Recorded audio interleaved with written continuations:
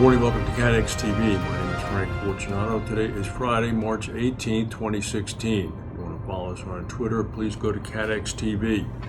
The next time we speak, it'll be spring. However, there's another winter storm expected here on Sunday. Except it will be spring. They're expecting about 6 inches of snow in the New York area. News from Italy that the first non-Italian CEO has been appointed to Generali, the big Italian insurance company. A Frenchman, Philippe Donnet, has been named the new CEO, replacing Mario Greco, who has departed to lead Zurich. Donnet is raising some eyebrows because there's concern that he may be very closely associated with a French activist investor, Vincent Bolloré. Bolloré sits on the board of the Milanese investment bank that's the largest shareholder in Generali and is the owner of the French media group Vivendi.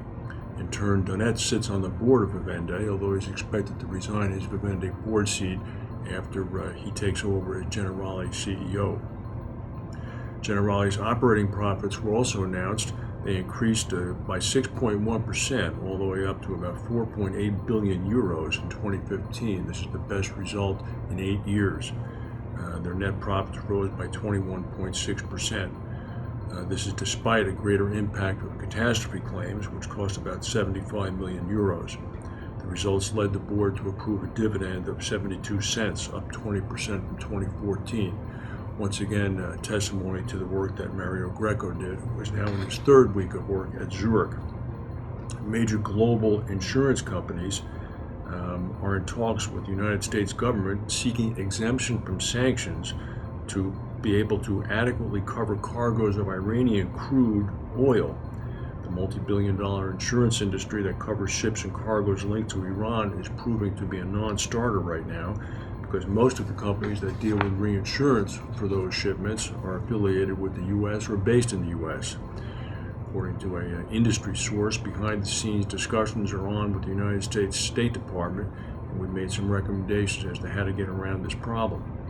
Back on January 16th, which was the so-called implementation day for the Iranian-U.S. Western nuclear agreement, international sanctions on Iran were mostly suspended.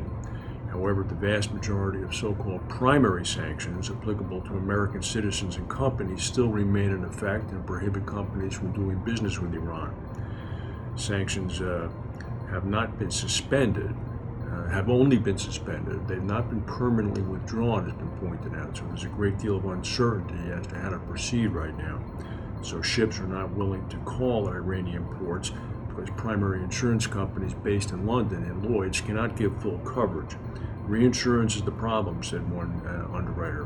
Whenever a London-based primary insurer sends the insurance to the reinsurers, they say that Iranian-related underwriting cannot be done. This is going to close down the Iranian market until this situation is addressed.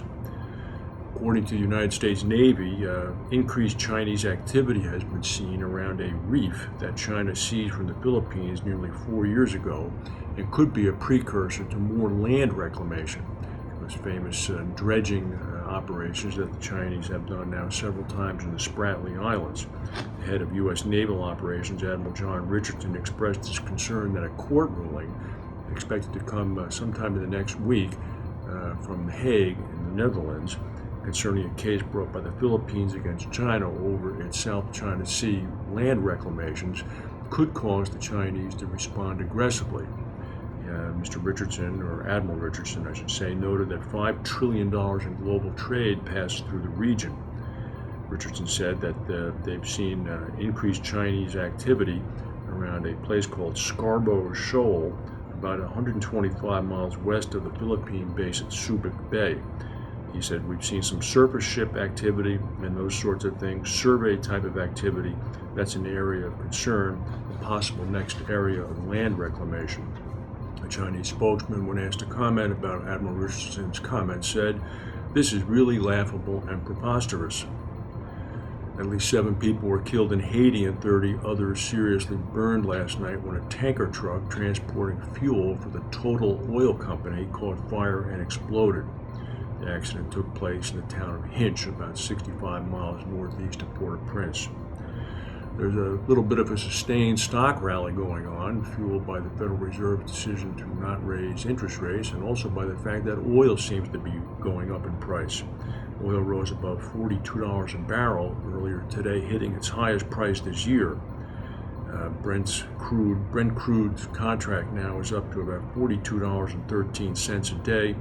Oil prices have surged about 50% now from 12-year lows reached back in December. According to experts, it seems that the oil glut seems to be stabilizing. Expectations are that when the OPEC leader, Saudi Arabia, and non-OPEC producers led by Russia meet on April 17th in Qatar, some sort of arrangement might be worked out that might end up controlling global oil production until the price continues to increase. Officials say a lightning strike hit an American Airlines plane that was coming into LaGuardia Airport in the New York area at about 6 p.m. local time last night.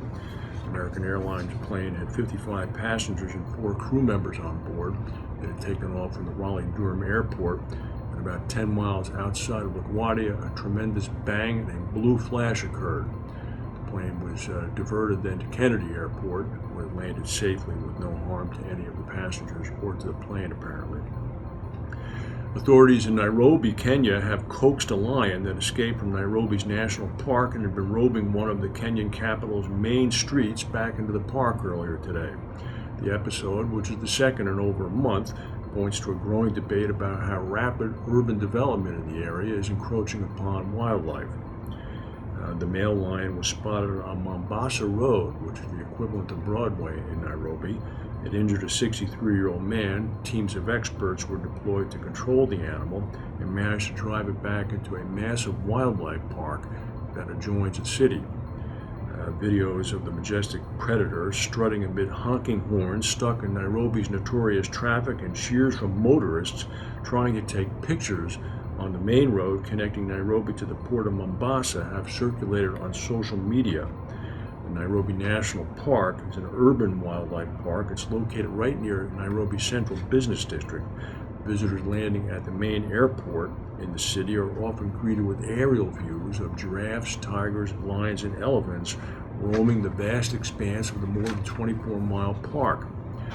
An official in Nairobi called on Nairobians to be more careful when escaped animals begin to wander into the streets. He said, quote, "People aren't being helpful, hooting at animals and taking selfies.